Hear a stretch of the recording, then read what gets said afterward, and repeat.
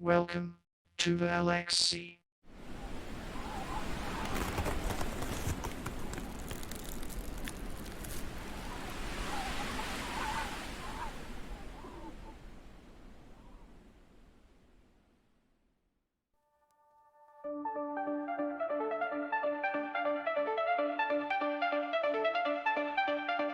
And the ranks rise up, League of Legends pride, amateurs unite in LXC lights.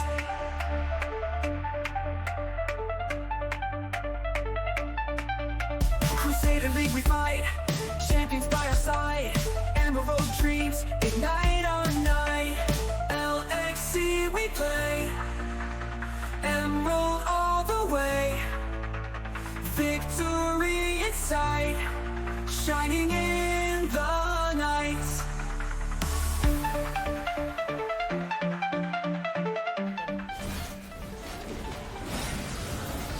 Guys, if you're not hitting his ear, then there's no point. Is here? Clear 10. Nice. Spot out. Feldy does dodge, has to flash out, does get the stun on out. Is Zervaloid actually going to get the ult off? Does actually get hits too. Here comes Storm trying to get in the backline. Isn't going to do much. Is he going to hit anyone though? Zervaloid is blinking health bars. Does get the charm onto Zelda. Zelda's pretty low, but is he going to flash out from Storm to try to get the kill, but isn't going to actually get the kill. Ooh, ultimate comes out and isn't enough. Look, Storm was just way too far forward. Gets the Alves gets the shutdown, and they're blinking health bars. But there's actually blinking health bars on both sides. Let's go for the Quadra, but is the Penta available? I think they're going to go for it. Xin Zhao is there. Are they going to? All Philly has to do is hit a single Q, and Jinx is going to get the kill here. Flash in from it. Is this going to be a pentakill already in game one here? Is it? Pentakill in game one for Phoenix, and that's the second pentakill of... Ooh, actually, ult comes in from Mustard. Actually gets the kill on the Zillion, so there's no Zillion passive. That's a triple kill over to the Twitch here. Is this going to be a game two quad or pentakill as well? They're going to try. Here comes the ultimate from the... no pentakill. Looks like it is going to be stolen by the Ahri, and that's just going to be game at pretty much 40 minutes.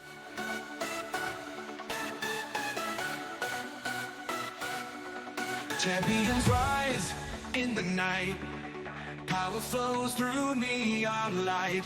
Summoner's Rift, we take the dive. In the LXC we come alive. We strategize 5 on 5, pushing lanes, we've got the drive. Nexus falls, it's all a race. In the LXC we find our place. Feel the beat of destiny. In the LXC we're wild and free. League of dreams, a legacy. We fight till dawn in harmony.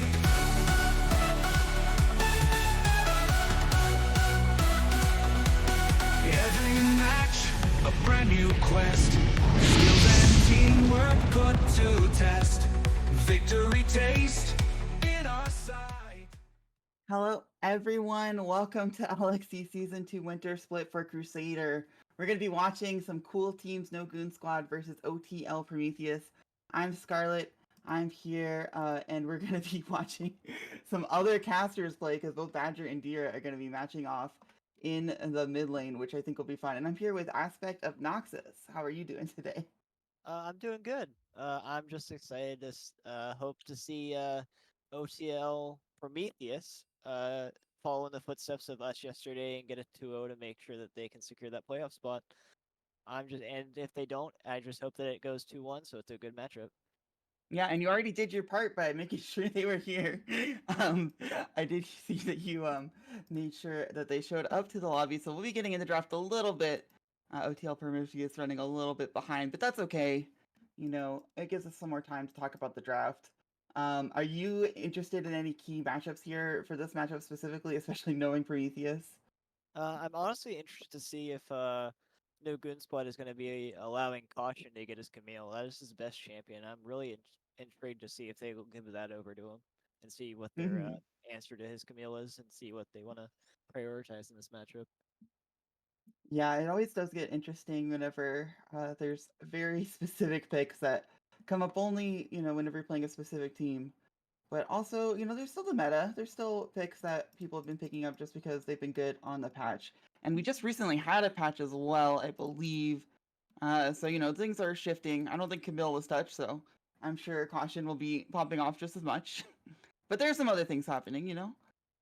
Yeah, we do have the Poppy buffs to make sure that she could go top better with the reduction of the E. So maybe we see a little bit of Poppy moved around the map to see if Flex Picks potential given to the either team. Yeah, it's kind of funny. That's kind of like an indirect nerf to Camille in a way. Poppy, obviously a very strong counter pick, and whenever you know that they're going to be putting priority on Camille for Prometheus, maybe you set a trap for them. Obviously no one knows for sure if the Poppy buffs are enough, but they do seem pretty nice. Especially since Poppy has already been kind of in the meta. Just, we want him to play your top lane, but, if you give him buffs top lane, it's going to affect the other roles as well, for sure. And yeah, just 100%. looking over the patch notes. I see that Yuntal also got a buff, but I just don't think it'll matter. AD carries are just in a weird spot, and it doesn't look like it's that much of a buff. I don't know. Yuntal is interesting because I just feel like it's so invisible to see the stacking thing, and that's what they've changed. They've doubled the speed of which you stack up the crit chance, but crit chance is such a nebulous stat to begin with because it's a percentage chance, and now you're just like, oh, it's slightly more likely that you'll crit earlier with Yuntal. It's such a invisible buff to track. Yes, of course. I'm currently looking to see if they have any looking at their both teams players, see if they have anything that they want to give over versus take away. But the support matchup should be very interesting.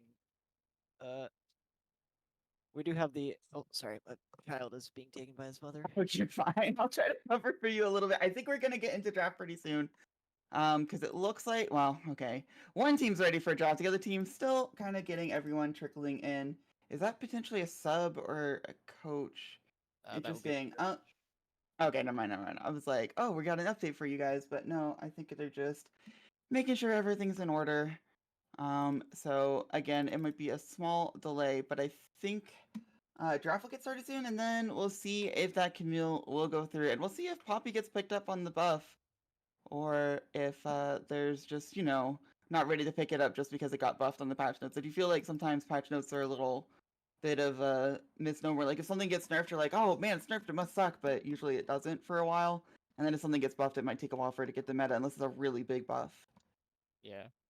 I do believe the issue that they're having with the lobby is that they want to get their coach into the lobby as a spectator just so they could spectate it. But due to the fact that we are 3 casters, they needed to have their coach in here first and then Isma to join. That's why the delay we were having.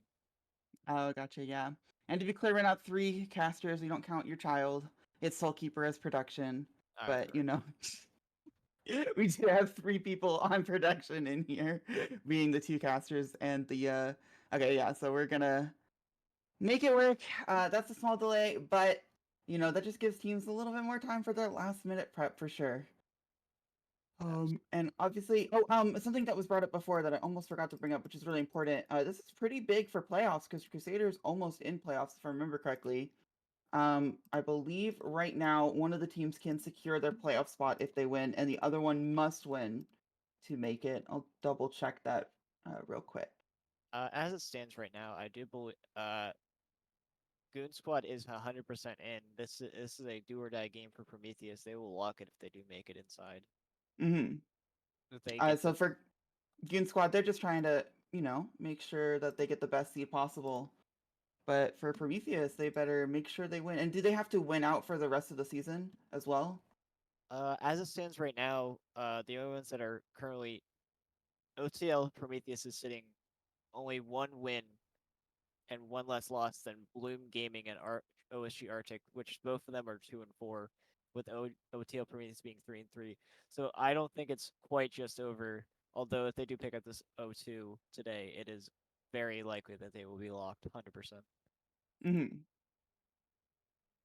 Okay, so basically, this is a big deal for playoffs, which obviously every week matters, but you know, it still feels different whenever you're on a game that will literally determine if you show up for playoffs or not, or at least like put you in a really good position to be in playoff or make sure you're in playoffs. Or the other one, like, okay, I guess we technically have an out to get in, but you know, it's kind of over. Yeah.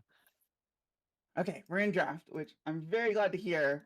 So we're gonna see these bans, and we're gonna see if Nogs is gonna take out that Camille. It's gonna be Seraphine ban first, though, and Rel for OTLP. Now it's interesting to target the support role so heavily. I think this has been kind of the meta with supports being both banned and also being counter picked quite a bit. And Zyra also being banned, which I feel like is one of the few AP junglers that have like really popped off in this meta. Yeah, But it does feel like it's more of a meta-focused ban list right now. Although Rumble, not necessarily on everyone's tops bans that might be targeted. But if you're going to ban Rumble, surely you're going to ban the Camille, right? But it does go through. yeah. I mean, they can just wait on the Camille ban. I think blinding Camille for the side of OTL Prometheus leaves open way too many synergies for no Goon Squad to pick up. So these bans make sense. The Rumble, although I haven't really looked directly at them, I do know that the Rumble, while looking at some of the win screens from all of Crusader, he does look like a very good. And we'll see the Poppy. We see the Poppy. Mm-hmm. Okay, yeah. So I guess someone read the patch notes, but it also kind of soft bans Camille, in my opinion. I mean, I might be wrong. I don't really play top lane that much, but do you really want to pick Camille whenever Poppy's on that flex? And speaking of which, there is Jinx and Xin Zhao picked up. Xin Zhao, a very aggressive jungler that kind of sets the pace for the rest of your draft for sure. And Yeah, is an interesting pick with Poppy showing. I mean, hopefully I think they're just trying to look at on the side of OTL Prometheus to just lock a comp that they can reliably do no matter the picks, which the Jinx and the Xin work very well together. And the Xin can avoid dying with his ultimate, of course. Yeah, but it does make Poppy a very good B1, because if you're going to lock in Poppy and they pick Xin Zhao anyways, there's no downside. You know, Poppy is one of those champions that usually gets picked a lot later, not because she has counters, but because she is a counter. But at the same time, if she's strong right now and they're going to pick Xin Zhao anyways, yeah, B1 it, and there's not really much draft shenanigans that can happen because of that. Now, one of the flexes will be taken away because not only is the Sivir locked in, but Cho'Gath is also locked in. I think technically Cho'Gath could jungle, but obviously it's much more likely that it's top lane, although it could mid lane as well, I guess. Well, But you know, Poppy. Oh, go ahead. Cho'Gath has seen quite a big popularity in the mid lane, especially just taking from my game yesterday. Plasmos mid laner did lock in the Cho'Gath mid to go the movement speed build with Hail Blades, although he did go 0-9. So let's hope that no Goon Squad does not have that. Well, you Cho'Gath. can take the strategy without taking the implementation, I guess. Yeah. Lilio is locked in here, which I do like into the Sivir. But this does mean that the solo lanes are totally available for OTLP and what Nogs are going to target for sure. And yeah, with the Cho'Gath flex mid top and Poppy flex top support jungle, I mean, the ends are kind of hard here. I think if I'm on the side of no Goon Squad, I think you just ban out the mid laner. I mean, no flame to caution, but if his best champion is that Camille and the Rumble also being taken away from him, he can go towards the up. He has the options to go to like a Jax or a Aatrox or a Nara, but I really don't think that'll be synergizing very well with the Jinx. Yeah, and I do like OTLP also targeting Nautilus here. You don't really know what the solo lane situation is, but you're kind of happy if the Poppy goes bot lane with Sivir. I feel like you drafted Jinx Melio and they took Poppy Sivir, you're on the winning side of that. So taking away an aggressive support that could kind of punish your soft bot lane makes a lot of sense.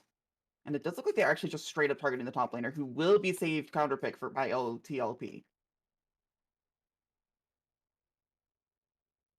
And I kind of find that interesting because yeah, like you said, Camille was one of the only picks, Rumble's one of the only picks, and now we're just taking out Fiora as well. Caution's been kind of targeted here, and this Poppy again is kind of just being picked on the strength of the patch, or on the strength of the champion rather than as a counter, because we're taking away some things that she would be happy to play into, I think. Yeah. So on the from the side of caution, I mean the champions he's been playing recently would be pretty good for this Poppy uh to get the counter pick. He could go towards the Cassante. Cassante's looked very well. He's been playing it a decent amount in solo queue. It could be working pretty well. Well, I'm not sure that Poppy's even going top lane because I feel like you wouldn't ban Fiora Camille if you're doing that. But I don't know Poppy top lane matchups that well. But I think Yep, I'm he being did. confirmed because that's a Darius. Well, Darius. Oh my, there's 4 flexes on my screen actually. I forgot Darius jungle has kind of been popping off lately. I've been picking it up for solo queue, but I think it's kind of getting some prominence in a coordinated play as well, which I did not expect. So I don't know where anyone's going, and I don't think OTLP is that much better off than I am. I do think it'll just be let me go see their jungler to see if he has been playing this Darius. And it will be the Otherwise, Gwen lock-in, which is interesting. Again, not the best for knowing top lane matchups, especially whenever it's carry into carry. But for mean, Nogs, you ever ask your jungler here, like, oh, we locked in Poppy for you, but do you want to play Darius and I'll play Poppy into Gwen? yeah, that is also a good option. I think the Gwen here is honestly not terrible because even if the Cho'Gath is going towards this movement speed build, he's still going to get high health from his passive. So the Gwen, even team fights can shred this Cho'Gath with Q if it's Q lined up perfectly. The Gwen does have good options in the Poppy and the Darius and the Cho'Gath. Yeah, usually at this point I would start talking about the comps, but I swear, you guys, I'm gonna be looking at Champ Select just to see where Goon Squad puts these champions. So I might get interrupted a little bit instead of talking about like what's gonna happen in the game to tell you where the hell these champions are actually just going. But while they're doing the bans on client, I guess we have a second. We know Sivir's going bot lane. I think you want to pair it with the Karma into Jinx Melio. I feel like you do Sivir with a melee champion, and I guess it would only be Poppy. It doesn't really make much sense. So I imagine that's what's going bot lane, and I feel like that still is pretty okay for Jinx Melio. But I guess Karma was more picked for the team fight part of the stage, or stage of the game. But it is interesting, for sure. I mean, out of the side of New Origins Goon Squad, they do have these 2 backlines and these 3 tanky units. We do see that it will be a Darius top. Yeah, Darius top. I imagine that means Poppy jungle. And I imagine that means it'll be Cho'Gath mid, and I think everything's basically locked into place because you're not doing Cho'Gath support. So yeah, it's Poppy jungle, Cho'Gath mid, and that will be Sivir Karma bot lane. And it's kind of interesting that they picked all of these flexes, but they didn't really gain any benefit off of it, I feel like. Because I'm not sure that, like, they really tricked any matchups into being good.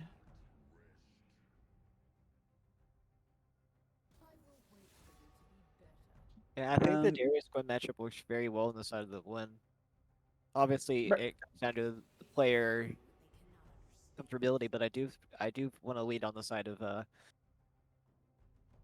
Caution's Gwen compared to the Darius. right, and just looking at the draft page, look how many resources were made to make sure that Goon Squad had a good top lane matchup. They picked Poppy Cho'Gath, they banned Rumble, Camille, Fiora, and they just might not have a winning matchup on the paper rather than like player skill alone. And so I'm wondering if this entire draft strategy is something that they kind of have to look back on and go, well, let's just not do that again. I mean, maybe they win the game anyways, because obviously draft isn't everything. But I do feel like so many of the draft resources went into something that they didn't even earn for themselves, unfortunately. I mean, they are in a very good position with their comp. I do like the side of no Goon Squad's comp, but those OTL Prometheus, they do have enough to fire back at them. If Jinx gets resets and fights, it's next to over for no Goon Squad.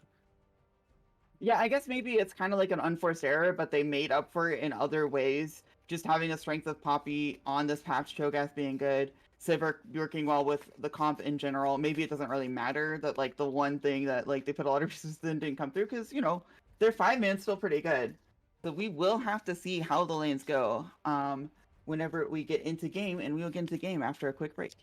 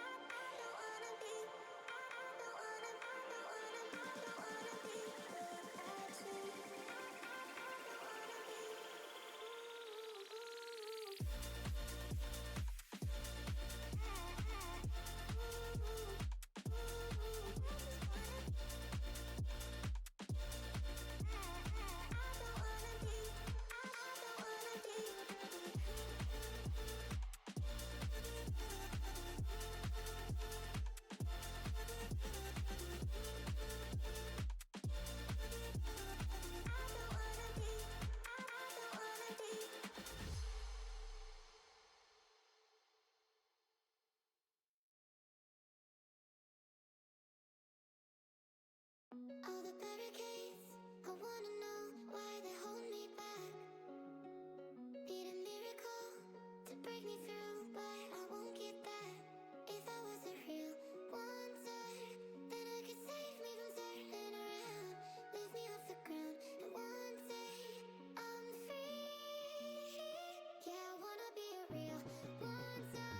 Heaven lift me up from under. Wishing I could be somehow stronger now, so I can fight away all the pain inside me. Never be afraid of the fate that finds me. Wishing I could be stronger, so I can be a real wonder.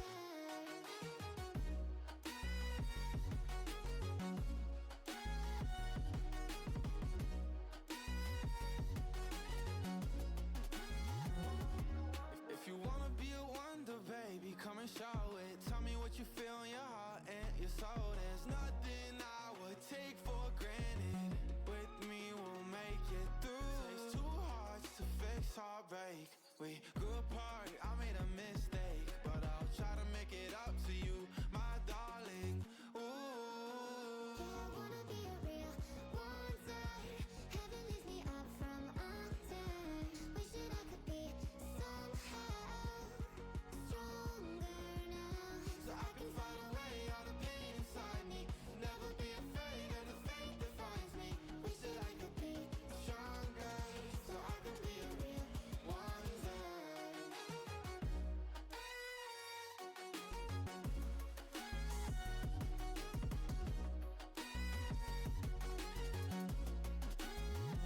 I can fight away all the pain inside me. Never be afraid of the fate that finds me. Wish that I could be stronger, so I can be a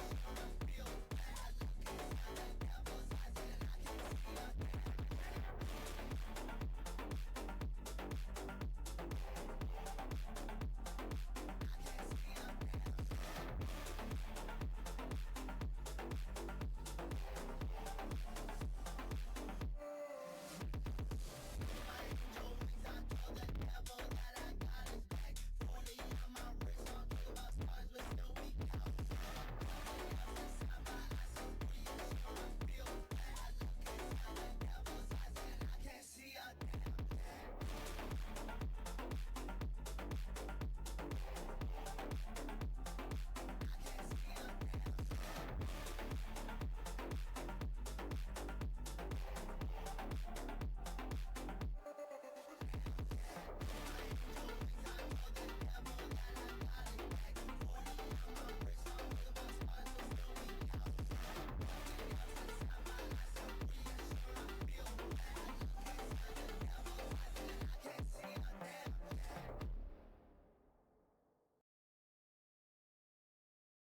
one day.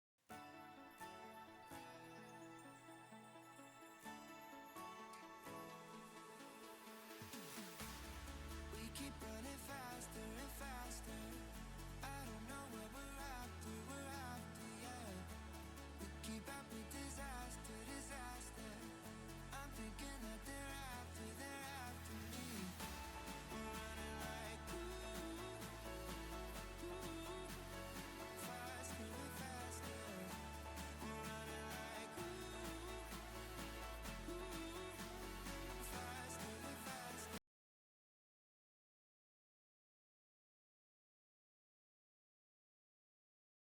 All right, welcome to game one of NO Goon Squad versus OTL Prometheus, and we've got a standard 5 point. I feel like teams have been doing 5 point a lot lately, and I respect it. You know, I think there was this brief period where feats of strength were 1 kill and everyone invaded, and now they're just like, yeah, it's not worth it anymore. Badger is kind of close to Mike right now. We'll see what happens. I don't think a Cho'Gath really ever checks on his ends out like, I'm gonna hit my Q. Oh, wait. I mean, he Reaver's does also he does here. have Hail Blades. Started He the does- E as well with Hail Blades. That is quite a bit of damage, and Mike has The to flash flash, is and that's an early Zenzel flash, which, I mean, that feels so bad as Zenzel. Like, yes, if you're not a laner, you're not going to be, like, under pressure for not having your flash, but you are the one that brings the pressure, and without flash on Zenzel, how do you do that? Yeah, I personally don't think the flash is going to be needed to invest there, but it is what it is for them. It is a burn of a summoner on the side of OTL Prometheus. Yeah, and they get a nothing nice burned on word, the side- too. Yeah, and nothing is burned on the side of And- Good Squad. I'm not sure if Mike was going to start topside, but now he's starting bot side along with Poppy. So it's kind of interesting that we kind of got into this same side jungle situation that might not have happened without that play as well. Yeah, they might just be trying to match players now, because he wasn't sure if he does have the ward on top of the Raptors to see if she did go for an invade, so it's not terrible. Maybe just trying to know that, like, hey, yeah, I know you got the ward on my stuff. I'm just gonna wait to path that side so you don't have full vision of me. And this trade is kind of nice for Darius with the bleed, but Gwen's got more sustain than a lot of other top laners, so we'll see. Lost the Q stacks though. The big issue here is this level 2 is going to be very hard for this Gwen to be able to do anything with. But does have the ignite advantage. Right, with that teleport ignite in. Both junglers pathing towards it for that reason. Badger also getting a really nice trade here onto Dira, but it must end at some point, and that point is where Dira gets to get the pain in. I don't know how Badger gets back to lane right now. It just feels so bad. Look, he's going all the way around Raptor Camp. Looking like a jungler right now.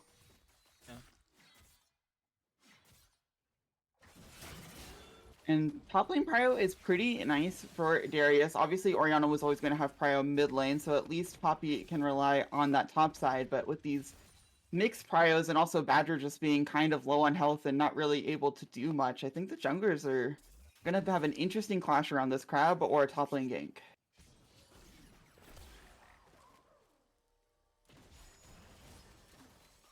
Well, trades down bot lane also look kind of interesting because both supports technically kind of sustain, although Karma's more of a...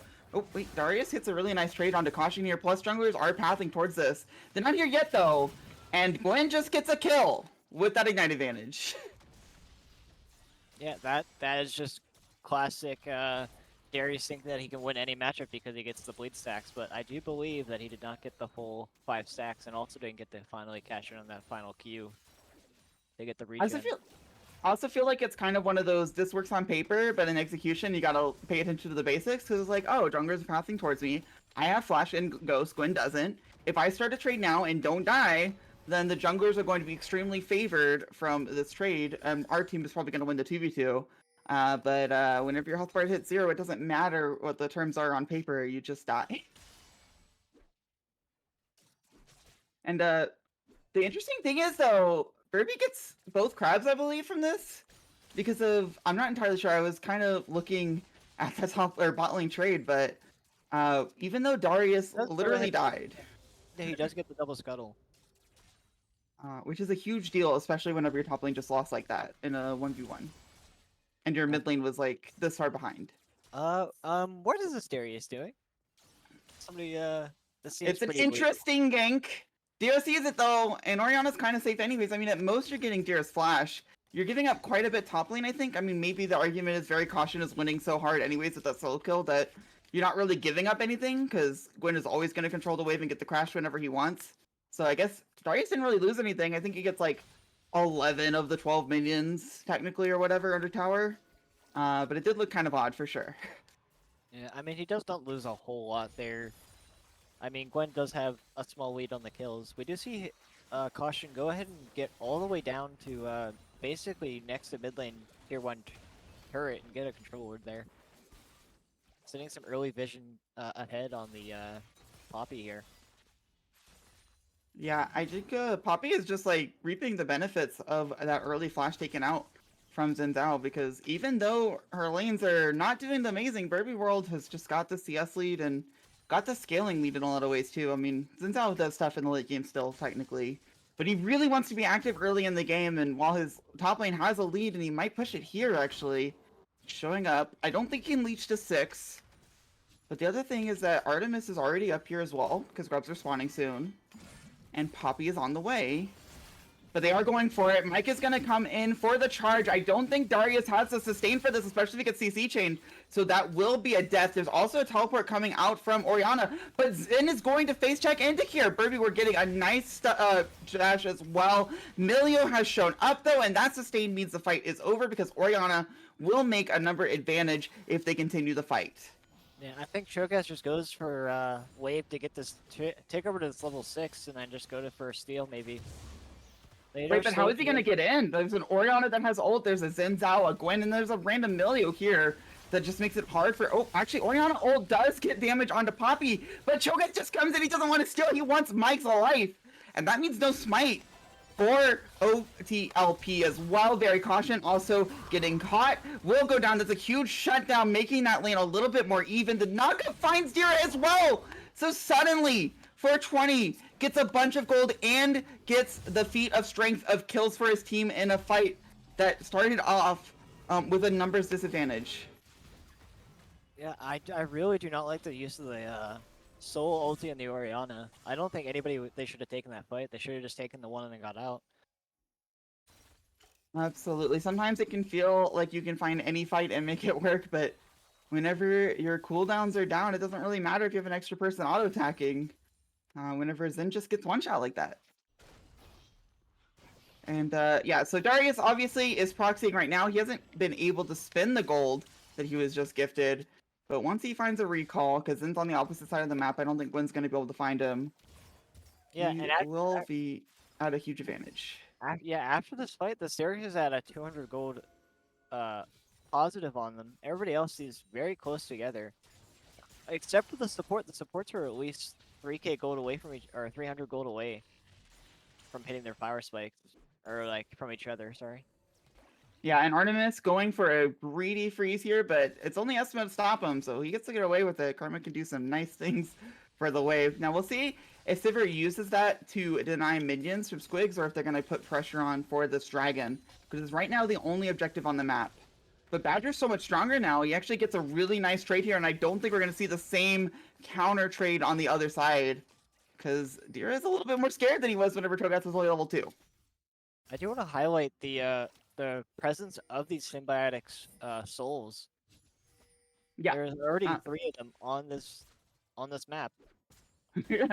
That loot item has been going up slowly. I wonder if Badger's actually going to go for this objective just to get the stack, and that means this Zen gate kind of falls apart, because it's like awkward timing where Badger already wanted to go down anyway, so he's not staying for a gank. And it looks like they're just going to get the crash off, but Badger will be happy to trade those 3 caster minions for 1 epic stack, please. Oh, Squid's going for a greedy freeze whenever the team is already down here as well. And I think he kind of wants to push anyway, so doesn't really matter. Got Milio. Health bar's not going to be in that much danger. But it does mean that Artemis and Onset get the wave priority after this.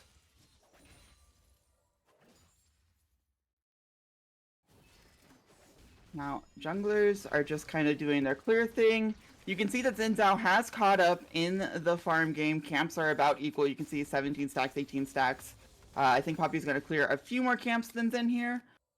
But Mike is going for a potential lane gank, and this Darius is feeling on top of the world after those kills. Maybe that enthusiasm makes him go a little bit too far and walk into this gank. We'll have to see, though, because the wave is crashing here, and I don't know that Zen wants to stay for the next wave. And it certainly doesn't look like a dive attempt. But Mike is being really patient. I don't think they can dive a Darius. I think they'll mostly burn Ghost here. Oh man, 420 almost taunting them without realizing it. But I think he's just going to walk up to that wave, so Mike's patience might pay off. He's going for a ward right now, like, oh, I'll be protected from Zen if I just ward this. But he's not, because Mike is about to walk out of the bush, get on top of him, knockup's coming up soon, smite the slow. But he can't quite get the knockup, only burns 420's Ghost, and that was a lot of investment. Poppy has gone all the way from the top camps to the bot camps, while Mike has just sat in this bush. And the worst part about this is that Darius still gets to farm this wave in her tower, and Caution has to take it back to get an item. Yeah, what you can say is Ghost on cooldown for the Grubs fight. That's about it. Supports have walked up. Sivir's got really nice lane priority bot lane though, and Sivir can get across the map very quickly. So I think that this might be a 5 Grub setup for Goon Squad if they can convert. Now, they might just accept that they want to get Sivir farm instead of pressure for Grubs, and also it looks like with Mike being, you know, on the map for so long, he didn't get a reset either during that time, so they're just going to give up the 5 Grubs. And man, Onset is just bullying Squigs here. Does not spell shield the root though. And that means with the minions hitting him, the trade's going kind of even. Milio also much closer. Xin Zhao on the way as well. But I think Onset can, you know, be happy to just walk away from this. The slow still happens from the Q despite the spell shield. W happens to, ult gets barriered. So Onset's barrier will be down. And he absolutely does have to lose the wave now. Because if he does not leave, the Xin Zhao will be going for a dive. Meanwhile, Burby finding Dira, gets a stun off. Orianna ult still available, but she just silenced, stunned, and knocked up and ulted.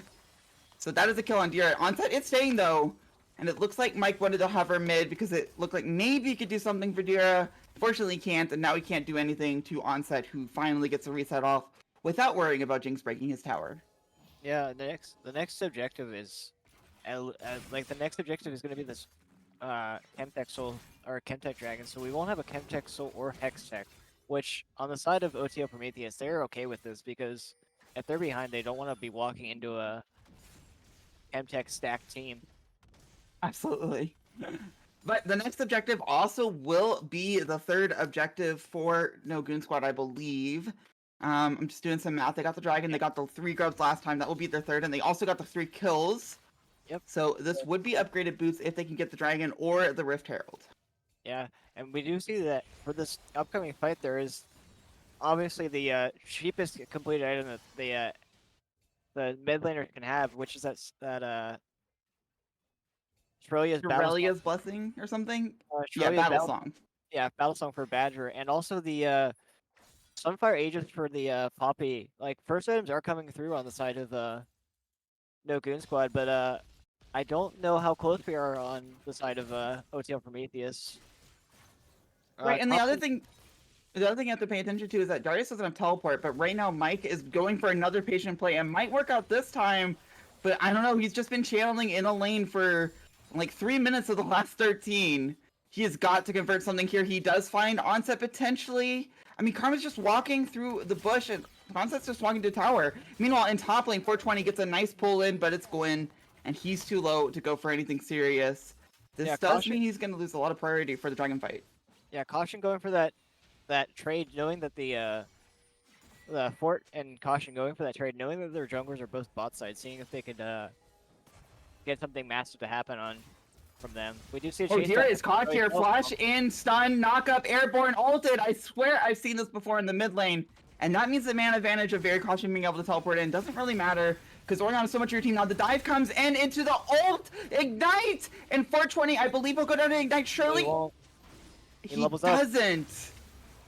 He got the and level so it's a complete disaster for OTL Prometheus. Yeah. Man, it feels really bad for the side of Caution. He thought he could go for the dive, but it just wasn't applicable. Darius, like, it was close to like a 1-for-1, but it wasn't even 1-for-1 because the timing he went for it was literally just one minion dying for this Darius to live on the ignite last tick. Yeah, and it's just a danger of changing plans because I imagine Very Caution was not looking for the dive. He was looking for the teleport to the dragon fight. His Oriana got caught, says, okay, fine, I'll go for the dive. But it's not set up perfectly, and unfortunately he can't even get the 1-for-1, and this Darius has become a huge problem. Yeah, man, it feels really bad for the side of the mid jungle of Prometheus. Neither of them having their first items. Everyone on the side of No Goon Squad, except for the support, is on their first item. Right, and Mike also just spent so much time in that top lane for a play that just didn't quite work out. And then Very Caution has gotten solo killed. Yeah, this all started off with Very Caution get a solo kill on 420 as well. Badger, however, finding Squigs' flash. Okay. So even Jinx can't be safe right now. Alright, Jinx having to take it back here. Kind of sucks for them, but there's no objective bot side. Let's see. Did the Cho'Gath? What are the Cho'Gath runes? Let's see. Just the ultimate, I believe. Oh, I was gonna see what the runes are. Oh, his runes, it looks like Halo Blaze into, I actually don't know how to check that on Spectator, my bad for speaking like I could. Either way, the build is fully online. Yeah, I would assume he doesn't have the, Demolish, so not a massive, terrible thing for the Jinx to have to get back there, so no turret given over, but we do see that we are seeing on the side of, that, OTL Prometheus that they finally do have items on the Xin and New Oriana. Xin going for this Titanic Hydra first item, and the Oriana getting Archangel Staffs. 0-3 Archangel Staff, I mean, maybe they just... Yeah, it's not even stacked yet, and with the speed boots as well, it's an item that, sure, it stacks up in upgrades or whatever, but it really does feel like it's a more early game item to get that out-of-combat move speed for early game plays. We do see a dive potentially happening topside. Yeah, but there's a teleport as well, and very cautious is pretty safe here, I think. They're still going to go for it, though. Tanking by Burby into tanking by 420. 420 will go down, and there's just no way Caution is dying. And it feels like they could have seen that teleport as a red light, but they still went for it. This could be the window back in for Prometheus. They are chasing pretty hard. Mike has the ability to get on. Spell Shield goes down early. Burby does have ultimate. Still use W to block off. They also get the TP. Badger coming in with so much speed. This is the strength of the Cho'Gath build. Yellow Blades popping off. That Milio is dead. Yet still, it is teleport for teleport, 1-for-1 trade, which I think Prometheus will take. Yeah. I mean, but this Cho'Gath is still stacking. He does have the 7 stacks of his feast. 3 of them being on. Minion Wave is down. Deer gets an amazing flash off of Burby. Badger will get the follow-up kill, but that's still shut down for the Orianna. Meanwhile, Rift Herald will pop off here. Will get taken care of as well. And you can see that Jinx this entire time is sitting bot tower. Artemis gets ignited. Very Caution will probably die to Sivir for that. Does go down. Mike going on set, but Artemis has so many tools to protect him. Badger also available. And it feels like Prometheus bit off a little bit more than they can chew. But at the very least, Squigs was able to get a full wave down bot lane and that tower before this one fell. First tower doesn't really matter anymore, but that's still quite a bit of gold to your Jinx, which is your win condition here. Yeah, but even with this Jinx, they're still at a 3k gold deficit at the moment as it stands. I mean, like, they're we also already third dragon spawning. It's Yeah, really and- dangerous for them. Third dragon spawning. It looks like they're giving with Jinx topside, trying to get her that second item. But on the side of No Goon Squad, they do have the Navori Flicker with an Essence Reaver on top of the Sivir with the Dead Man's Plate finally getting completed by the side of Badger. So he has his build completely online. Now he just builds Yeah. whatever he wants for defensive. I think No Gun Squad was a little, sloppy with it on that dive attempt, but at the end of the day, they don't get over that much gold, and Prometheus kind of gives them back some of the gold. They're not scared of the Jinx scaling that much because they've got a Sivir who's just fully ahead of her. So I think they're going to be very happy to take this dragon. Mike is on the opposite side of the map fighting Badger. Gets knocked airborne. If you take out this jungler, there might be more than just dragon on the table with... Oh, it looks like they're going to go for a dive attempt on Squigs, who has to get healed by Milio. Sivir is still diving. Barrier used as well. Badger kind of in the middle of nowhere, though. Fighting very Caution, who is the one person who can really fight him. And I think Badger will go down here. He's just looking for, where does he want to die, basically? As he gets the silence off. Surely they'll give it over to the Gwyn.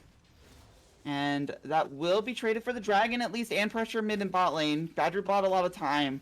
But it's still a pretty big shutdown. Yeah, it's a big shutdown, but on the other hand, they're losing the dragon and the tier 2 bot side. Yeah, Darius probably got almost as much gold as Gwen did, essentially. Yeah, I mean, the gold now is still it's at a 4K now. Before the dragon being taken, yeah, it's still at that 4K deficit. For the side of OTL Prometheus, they're 4K down, 1 tower. Right. To 4. And Squigs is just desperately trying to get this Infinity Edge. I mean, tier 2 boots aren't even finished. There is a dagger there, but, Otacon is spawning. If you have to give that before your Jinx has Infinity Edge, it feels really bad. Very Caution is at the point where at least Cho'Gath could be dealt with potentially. I don't really see the tools to answer the Sivir, though. And Darius could just always be sidelined as well. I mean, there are just so many questions that No Goon Squad are asking Prometheus, and I'm not sure that they just have any answers. Yeah, and the Steris Gauge finally coming online for the Darius. He has the Spirit Trojan already. First item Spirit Trojan. I do Are like they just gonna rush this? I think they're just getting Vision together. I've definitely seen teams go, oh, they don't think we'll do this, but the minion wave's there, and obviously they're not gonna leave it without Vision. But this does mean their entire team is committed to the top side. Yeah, and Darius is still just getting free farm bot side, because no one really wants to match him because they do need this Gwen top side to answer anything to do with Badger. And it's kind of scary because with the Cho'Gath, the Sivir, this Otacon could go down very quickly. So you have to commit quite a bit up top as well. Yeah, and I really think the only way into this game is it's very cautious. Gwen does get somehow a perfect Q into all of their front line, and Jinx gets to get the resets on the backside. That's the only way I see this magically going better for the side of OTL Prometheus. Well, it starts with Swizz getting Infinity Edge, and I don't think we're there yet. There might be enough gold on hand to buy it, but Otacon's starting now. You don't have time to go to base to buy it.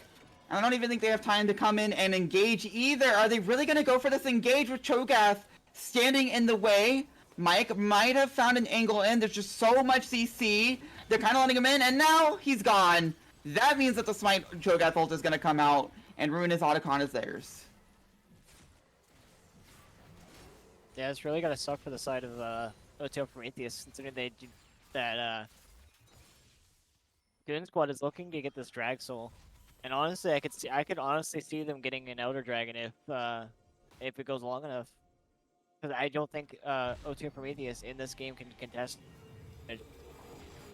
They kind of haven't been able to contest much. I think there was one Grubs fight that they looked like they had a fighting chance, but with the picks going off and with the side lanes going the way that they are, I mean, obviously with Jinx, you really like to see this Infinity Edge that I've been talking about nonstop. It is finally here.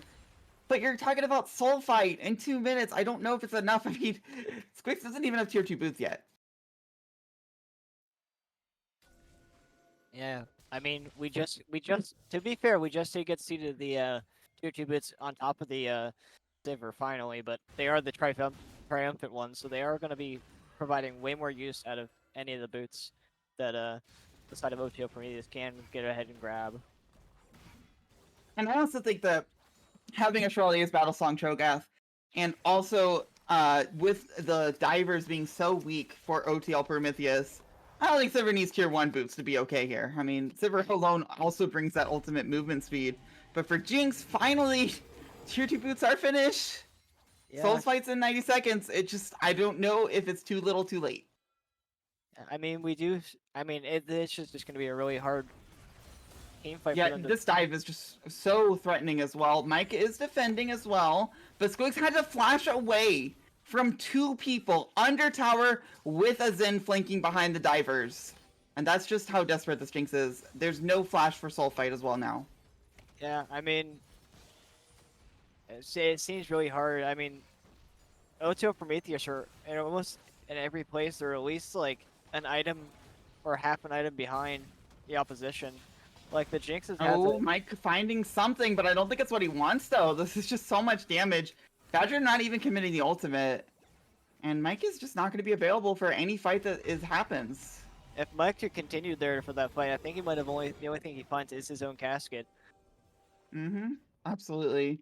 So Soul is spawning in 30 seconds. Resets coming out for Goon Squad. All of their cooldowns are up. You don't see a single summoner spell on cooldown. Meanwhile, on the other side, we've got lower levels, no flash on the carry, lower items. It's looking real rough out here. Yeah.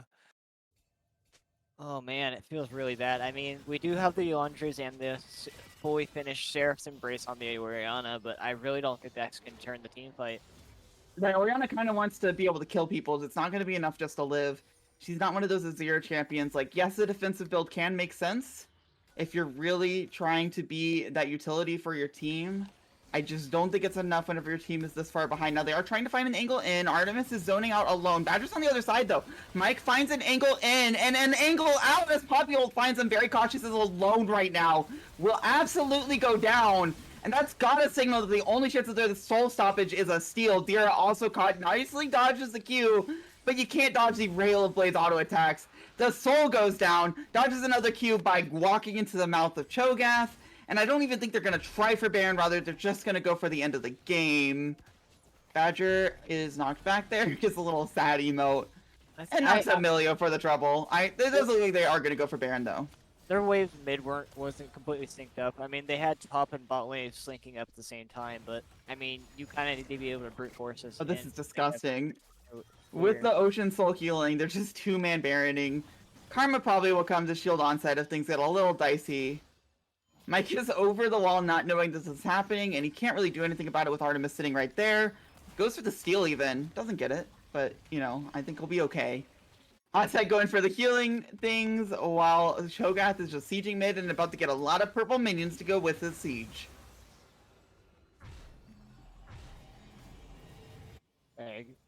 Sync and resets to the side of, Oh no, we have the IE and the Executioners coming out on the side of the Shiver. Yeah, This I mean, is really tough. And we like there's Jake spending IE was like, maybe there's a chance. Sivir finding IE is absolutely the nail in the coffin. I mean, it probably is actually the Ocean Soul and the Baron, but it doesn't feel good to hit tab and see that the third item is finished for Sivir. Squig's trying to steal camps, take anything possible to get anywhere near as useful, but he's down 3 levels and an entire item. I don't think he's got an item in base. It's probably just like a BF sword or... Oh, it's actually just an agility cloak and a longsword. Those aren't going to do it. We have to find so many massive Orianna ults, some kind of pick. But right now, all they're going to find is a dead mid tower. yeah, with this tower take, they're looking at like walking into a whole entire 8k deficit. Most of this deficit honestly being on the side of the Sivir and Cho'Gath, which is the scariest part. Right, and, you know, it just feels like there wasn't really a place for OTL Prometheus to play through. Yes, Very Caution did get that solo kill early, and Jinx was doing fine. Poppy ult, don't even care that it's on cooldown. This tower is still gonna get out of here. I don't know that they can even, like, defend the siege. Micah goes in under tower, but they just ignore him because there's an Ocean Soul right now. Redemption also used kind of as a damage tool. It didn't actually heal any people, but it doesn't matter. Ocean Soul will do the healing for him. And Yeah. Darius is also just top lane during all this. Yeah, Darius is just gonna be able to, like they're pushing on 2 fronts. It seems like just really bad for the side of Prometheus. They give one side and push another, and they're gonna lose it anyways. Yeah, now you can join up with your Darius, set up the 5-person siege. I mean, you could even go for Nexus Towers. There's not really a wrong way to play this at this point in the game. And Deer's just like, I will look for the perfect Orianna Shockwave, otherwise, let's talk about a draft for game 2. Yeah, I mean, none of them are even getting closer. Like the only one, like they're still on second items, while the other side of okay, they're not even gonna try to go for the end. They want these 4th items on the side of They want to go for these 4th items on the side of no Goon Squad. They don't want to potentially throw something. I do feel like that's like the on-stream tax. I could be wrong, you know. Obviously, I haven't seen these players play off-stream, but sometimes when we're playing on-stream, we're like, all right, let's do it by the book. Take the 2 inhibs, recall, get all of your items, take bot inhib, maybe get Elder. We're not going to throw this game because that would be deeply embarrassing. And, you know, it's one thing if we all, like, laugh about it, go to game 2 on draft or whatever. It's another thing if we do it on stream and it's preserved forever on video. So, you know what? More power to them. Just get all of the farm numbers. Get CS leads everywhere you can. Yeah, I'm not sure how much gold this Sivir needs, but she is looking at a Mortal Reminder. She's sitting on a Last Whisperer and an Executioner's Calling. I don't think it's really worth it to go back for it, but we'll see if it happens. Obviously, we're doing literal by the book. Inhibitors are down mid and top. We're just going to send as... Okay, well, maybe not literal by the book as Burby is taking camps on the opposite side of the map of his team, but you know what? You can do what you want at this point. It's okay, he's Poppy. Right, I'll get there eventually, and he can kind of get there late. Badger will certainly stall for quite a while. Sivir can ultimate to back up if there is an engage, and also, the enemy team doesn't necessarily know that Poppy's gone. Now they do, because he's clearing minions mid. And it just doesn't matter. We are now on our 3rd item on the Gwen. I think this is their only way in, is with this 3-grade item Gwen. Maybe it can finally shred something, but I don't foresee a Gwen being able to 1v9 their team. Yeah, there's not even a heal cut item yet, which makes sense. Whenever you're this far behind in items, it's hard to identify who can get that heal cut. Here comes the engage, though. Very Caution taking a lot of the CC. Burby going down to half, but the Redemption plus Ocean Soul means he's not really in danger yet. Mike goes in for the engage, and the front line's just gone. Onset does get Orianna ulted, but the back line of OTL Prometheus gets something much worse than that. Darius all over their back line, gets the triple kill, will get the double nexus, and you know, they like the little showing up, you know, all over the map for a little bit, but no Goon Squad does get it done and wins game 1 with every dragon and every tower. Man. Yeah, I mean, that's what you could say. I don't really know what else I can say. Like, right, exactly. It's just, yeah, that happened. Yeah, I mean, like earlier on in the game, they were keeping at least like only down 2k, and then as this, like, even 2k was a big deficit, and then later in this, like, they finished this game almost 10k gold behind. Obviously, these final towers and kills obviously added to it, and they just pocket change for the side of Goon squad, but I'm hoping to see a little bit more fighting back on the side of OTL Prometheus once they go into game 2. Yeah, it definitely does feel though for Goon Squad is that, their risk and drafts are completely fine. If all of their lanes are fine except for maybe top lane, you could argue was a little dicey at times. Why would they not run back the draft? They weren't punished for this insane 4 flex fiesta kind of pick. So just run it back. I mean, obviously, I don't think that the flex picks are going to be that powerful. I imagine if Poppy gets picked again, it's likely obvious to everyone it's going jungle. If Cho'Gath gets picked, it's probably Badger playing it again. But they could still mix it up. Yeah. But none of their picks really got punished. No, and the worst part about this is that because it is not LXC is not a fearless area, they can run the same comp back, but instead of if they want to take away the Poppy, if the Poppy was a massive issue, they still have to worry about the Darius jungle. Absolutely. I mean, I think for OTLP, the one thing they could take away from this is that even if their top lane gets targeted, there's a chance that there's a fighting chance for winning in that lane. And I think they can say maybe if mid lane doesn't go the way it does, Jinx Milio can work. But I don't know. It just feels like this early Xin Zhao pick did not work for them. And there was a very high inflection point at the literal beginning of the game where Xin Zhao had to use Flash. There were some ganks that just didn't work out that maybe could be flipped the other way. But I think OTLP really needs to think about switching their jungle from an aggressive pick to something slightly more scaly.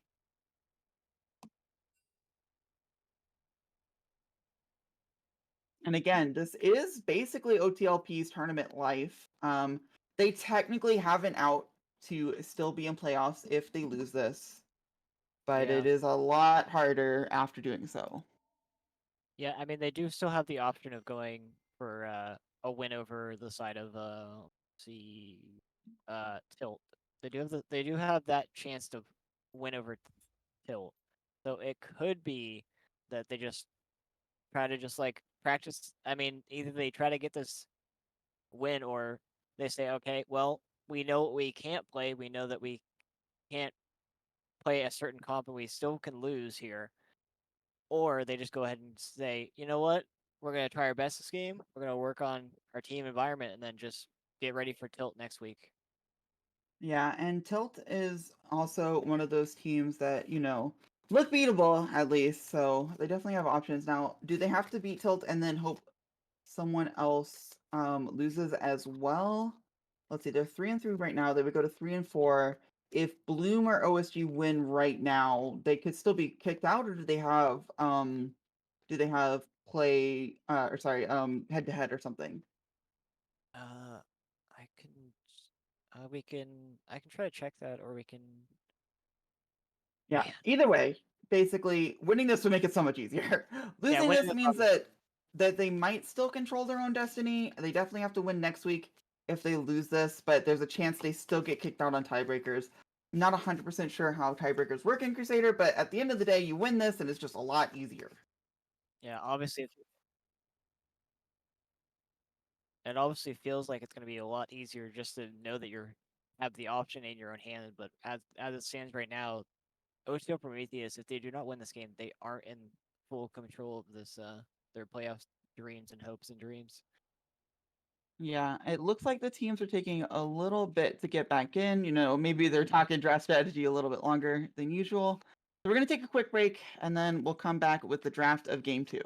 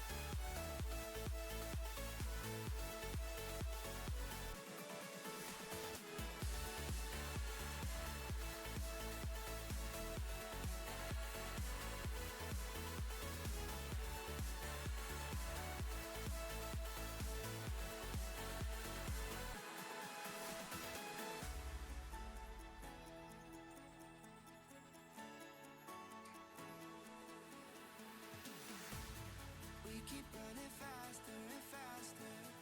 I don't know what we're after, yeah. We keep up with disaster, disaster.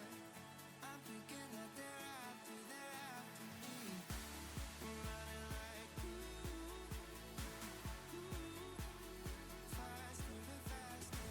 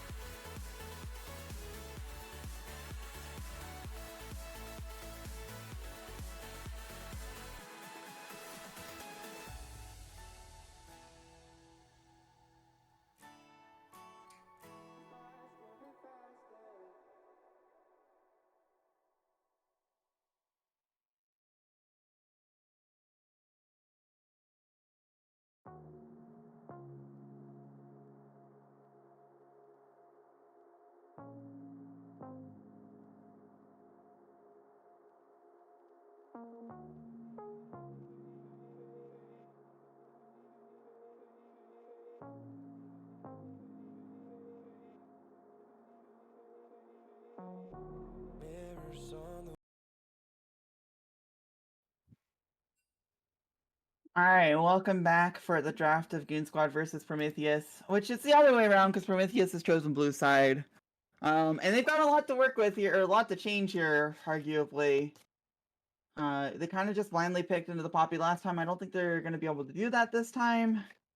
And I just feel like some things have got to change. And maybe it's just what happened in play, but maybe it could be in draft as well. Yeah.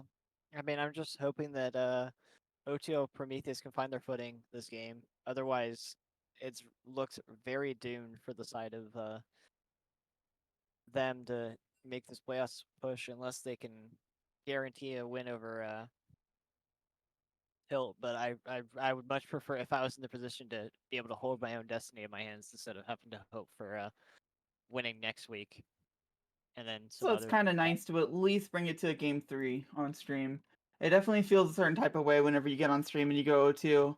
Obviously, you know, games happen. Sometimes you can't really show up for a week or your opponent's just really turned on and locked in. But, you know, we'll have to see if they can fight back and bring it to a game 3. As I believe links have gone out for draft and we probably will start that soon.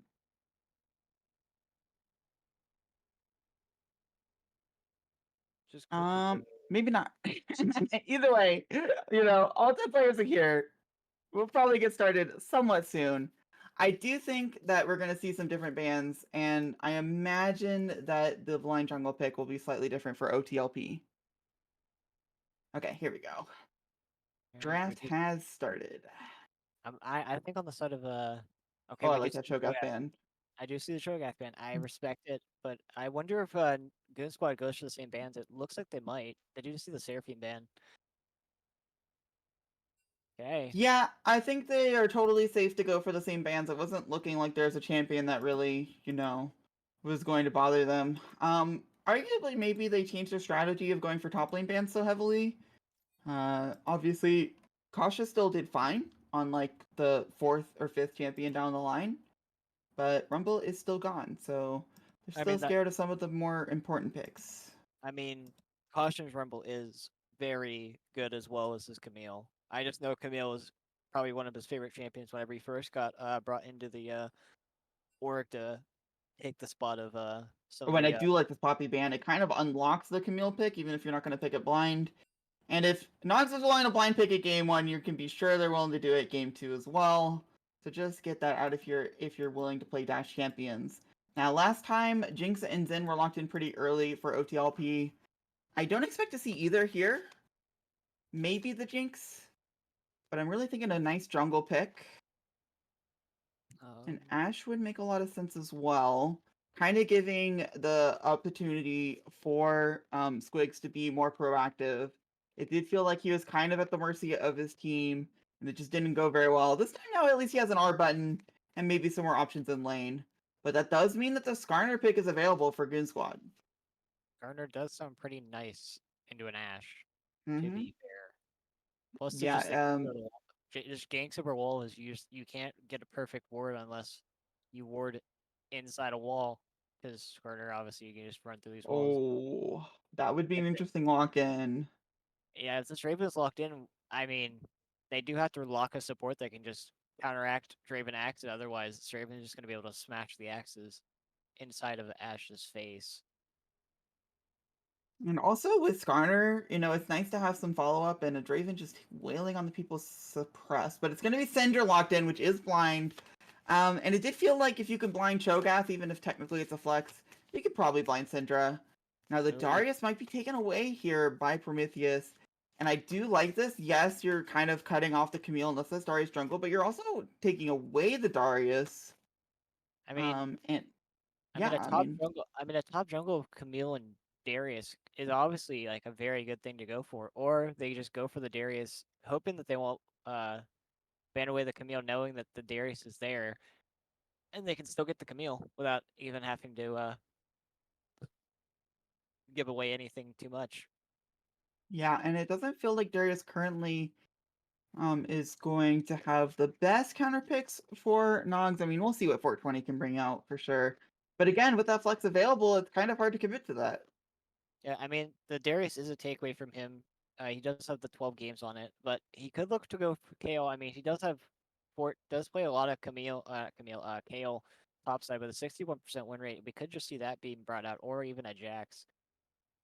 These two top laners do have a decent, they do share about 1 or 3 champions together, so. Yeah, but if you pick Kale, don't you have to be on Camille in case the Darius goes jungle? Yeah, I think you do. So I'm not sure that it's that powerful to pick here. Oh, it was not the bait. It is going to be locked in just a little bit later. And that's a Draven, and I feel like OTLP are going to be taking away some supports that could go with that. So maybe they're more concerned about the top lane matchup. I mean, but what supports do they even need to ban to make their comp, not be terrible? I mean, they can go for a Renata Bandit just for the straight up energy of the Draven. Maybe even a Rel ban, since that could be playable as well with the Draven. I'm just very interested to see what the OTL will ban to keep this Draven in a not so good lane. Because if a Draven just has a relatively good support, he can just run this Ashe down. Okay, there right. is. Well, we're taking away the very tippity top of the support picks, but you're right. You only get to ban 2. Although I guess Nogs is kind of helping. Obviously, you're not going to pick Lulu with Draven, but No. maybe they target another support that is both good into Draven and with Draven. Yeah, OTL Prometheus do looking like they want to ban the Pharrell, and then they will. That's a good pairing for this Draven.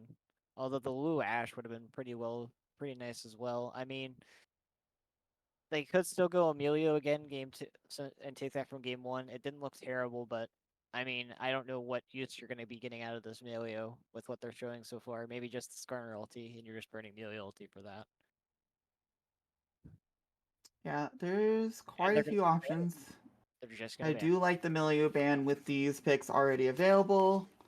Jax ban, which kind of says that they are concerned about the top lane because they're not going to have that Camille flex pop off if Nox gets the final pick for top lane. And I imagine Nox just picks a Nautilus or some kind of support that just completely wrecks whatever OTLP is cooking. Yeah, I mean, the support pool for the side of Uma is just. Ooh. And we're looking at we could see the Yumi brought out. We could see the Yumi, or we could even see I mean, let's see that. That's what 3 of her supports taken away. Yeah, there's definitely a pinch on that pool. And I don't think OTLP is going to be able to flex this Darius effectively with top lane still available too, so I think OTLP, unfortunately, have drafted themselves a little bit quarter. Nami is going to be the pick. I feel like I haven't seen that outside of Illusion Lane in quite a while, but with Draven, it still works just as well, pretty much. You might not proc your E as much, but you only need to proc one E for that enemy carry to feel real low. Yeah, I think they just need to on the side of OTL for me. Yeah, there is the Renata. I was gonna say Renata since simply just for the fact that Renata can just grab him and throw him away if he just decides to try to run at them. Even the shielding's pretty nice and the being able to stay alive last second. Now this pick decides if they want to go the Camille here, and if this Darius is going jungle, or they just decided to last pick a jungler. I don't think Um, I don't think the Darius is terrible jungle here into the Skarner. and at the Skarner, it might not be terrible, but I'm wondering if he has the synergy he needs with those things. I guess actually it kind of works pretty well. We are And gonna they see will Camille. lock in the Camille. The Goon Squad have played around the flex by leaving their top last pick despite the Darius showing. So I don't think they're going to get the value that they really wanted out of it. Yeah, I mean he still has the option to go Renekton on the side of for Renekton is playable here as long as as well as Aatrox if they want to play that.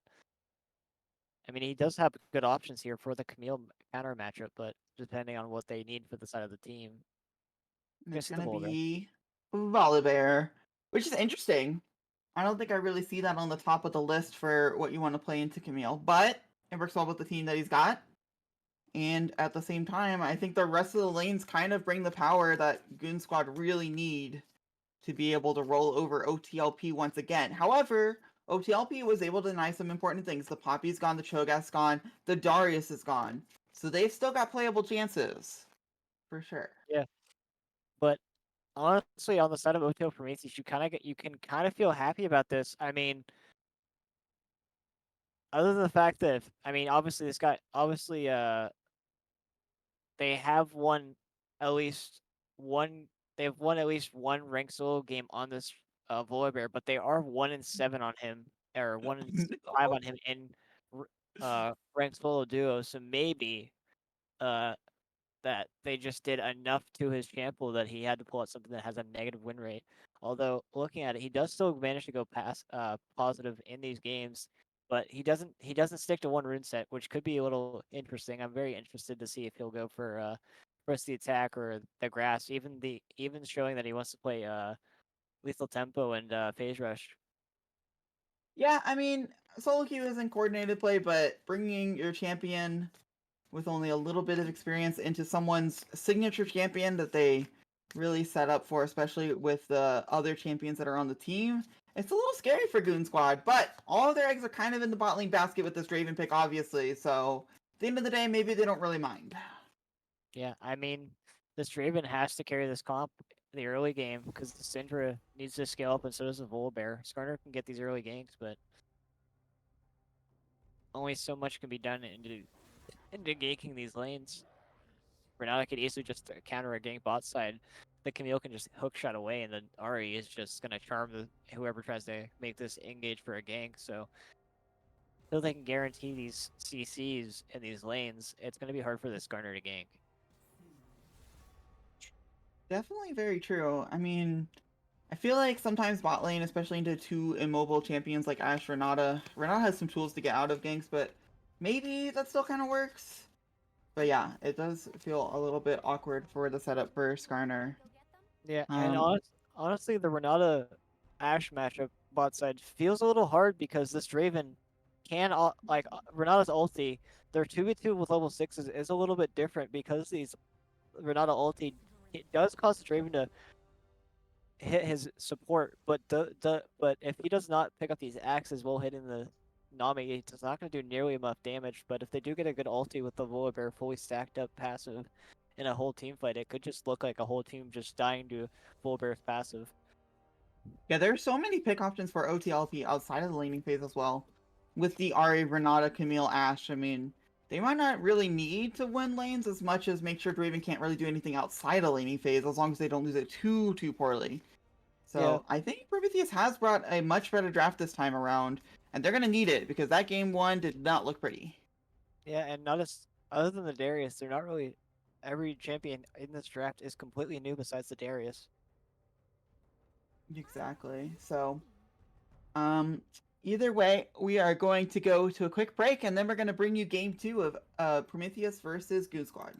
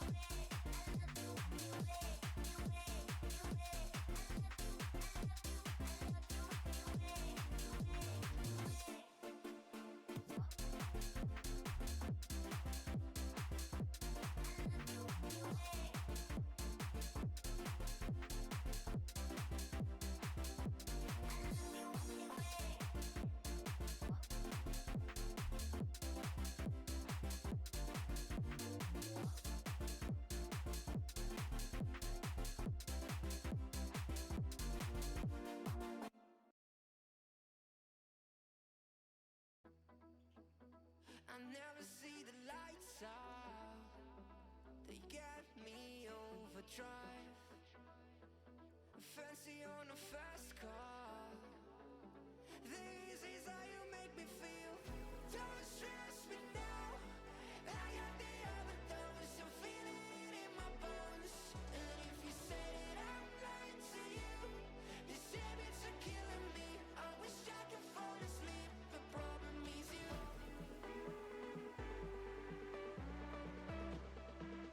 Oh, I got the overdose.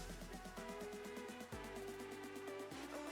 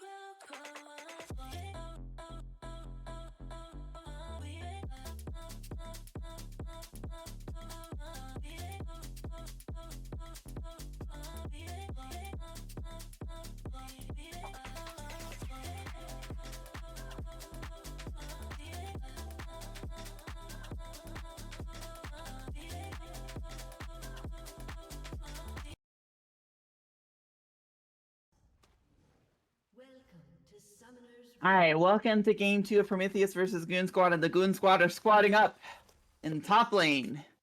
As you can see them walking into the top lane bush, but Very Caution is being very cautious. Has not walked to top lane yet, so... All right, that's enough puns for me. Well, I mean, they're kind of walking towards them. I mean, the best of this happens is that they force him to start something, but I don't think it really matters here. I mean, the only thing they can really massively get here is like a first strike proc on the Syndra, but nothing happens here. They do get the ward though. We do see a ward come over, and then obviously the Darius preemptively put a ward there, so nothing major. They see if they get an invade, and they also see if Darius starts. So it's neither side gets too much information, although the more information is on the side of Goon Squad. We're gonna see opposite clears though. Yeah, I do wonder what Darius's first gank is going to look like. It's a lot harder to gank with Darius than it was with Xin Zhao, and he wasn't quite making those Xin Zhao gank works either. But he does have this flash button now for the first 5 minutes of game, which makes it a little bit nicer. But yeah, the opposite clear does mean that this Darius or Draven is going to be ganked first by Skarner. Yeah, but And a nice little poke here of bot lane. yeah, while we're still getting into these lane matchups, trading. I do want to point out that we did get a ward. The Ashe did get a ward on Gromp, so they might. It's currently at 35 seconds, so they know that he did start this top side camps. So they do have a little bit more information. Both sides having information on where the other jungler started. So Yeah, and it feels like that favors the team that's against Skarner a little bit more because you can't really effectively ward against Great Skarner. upside. Oh, very cautious might get Dove here in first blood. Ignite will not tick, and even though I mean, gosh, very cautious is just losing so much farm there as well. Man. Not a good Oh, start for Camille, especially whenever Yeah. Camille's your signature champion. Meanwhile, mid lane as well, a little bit of a trade. But you know what? Sometimes on a signature champion, that means that you can overcome adversity, like getting Dove level 2 and dying. Maybe. Yeah. Perhaps. And Darius is, Darius is pathing towards here. 420 use flash on the dive.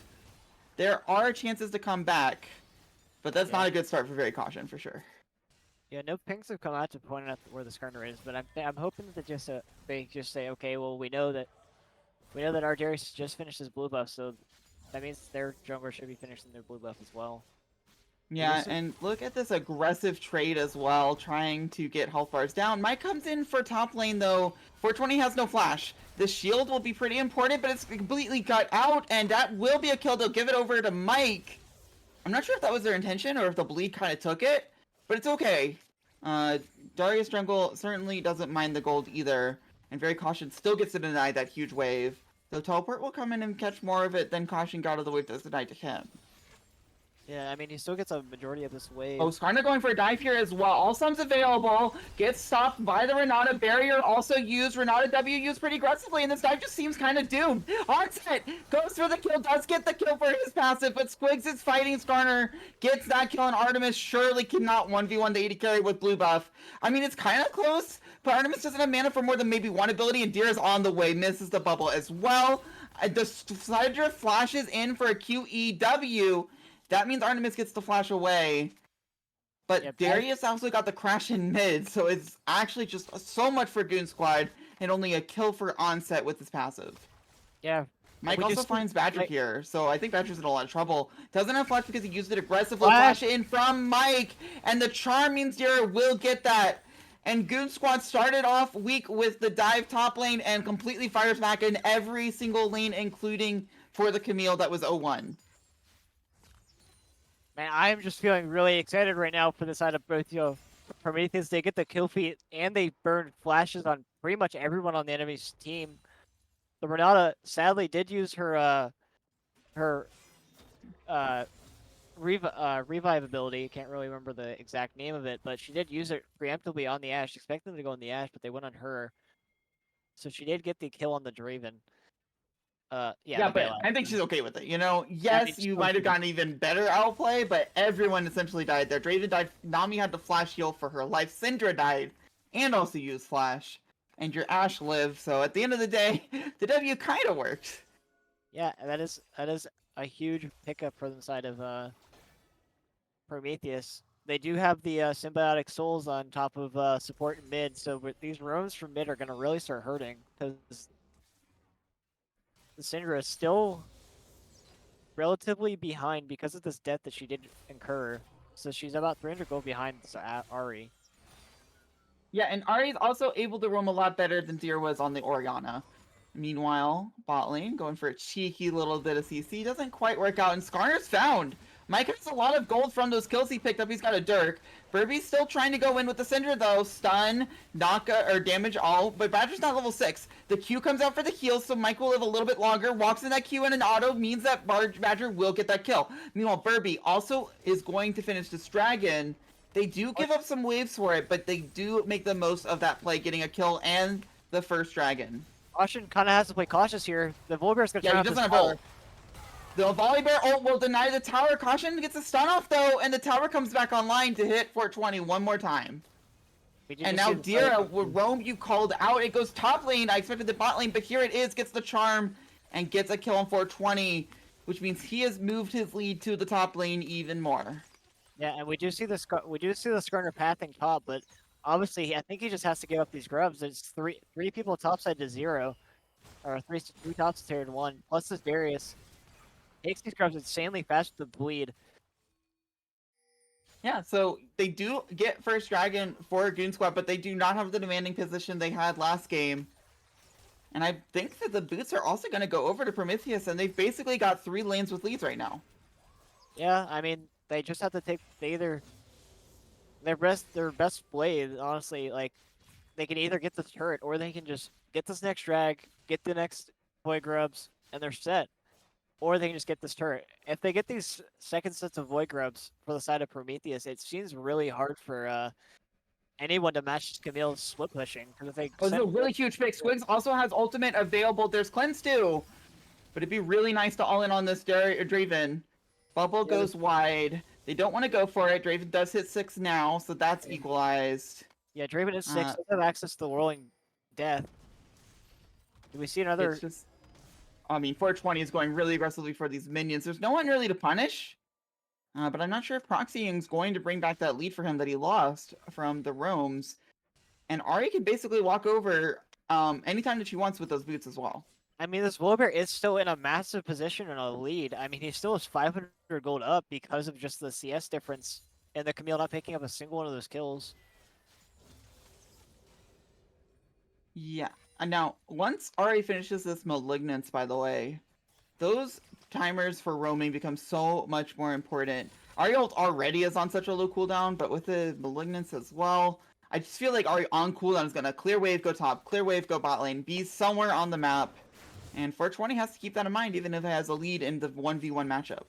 Yeah, both junglers on the side of bot side. We could see a 3v3 happening. I honestly want to go err on the side of Burby's here too early though. Doesn't get anything yet. Not wanting to go for the ultimate either, because Mike just is too damaging. Ash Arrow also available, so yeah, it looks like that will fizzle out.